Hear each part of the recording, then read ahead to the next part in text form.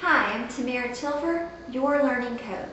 In this segment, I am so excited to share with you a family project that I did with my oldest son, and my husband and I worked together on it last year. And what it is a family heritage project. So often we teach our children about the nation's history and past events, but teaching our children about our family's history is just as important. And too often we tend to put this aside because other things are piling up that we want to do with our children.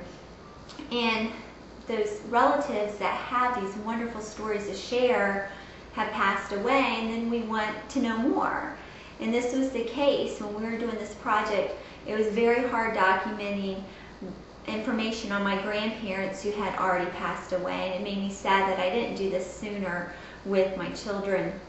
And what our family heritage project is my son devised just a list of about 15 questions that he wanted to ask the members in his family, his grandparents and aunts and uncles, and just different questions. And it could have been, what's your favorite color? Very simple. Or what was an event that transformed your life? And a deeper question. And he had so much fun calling his relatives and interviewing them on the phone. And he typed up his questions, and then when they would get the answers, he would write his answers under the interview question. And this is wonderful practice for children for interviewing skills, the skills that they should get practice in especially middle school and high school. And after he compiled his questions and answers into a written format, he typed up the summary, and we cut out the summary, and we created a scrapbook. Now, I loved a scrapbook, but I cheated a little because at that period in my life I didn't have time to scrapbook, so I bought a scrapbook that was pre-made from Hallmark, and it had like more an antique feel to it, very old heritage feel. And I said that would be perfect. And it already came with the paper and the stickers, everything. All I had to do was just glue the pictures down and the summaries down. Now, collecting the pictures from our family took a while for them to get mailed to us, but they did come. And this is one example.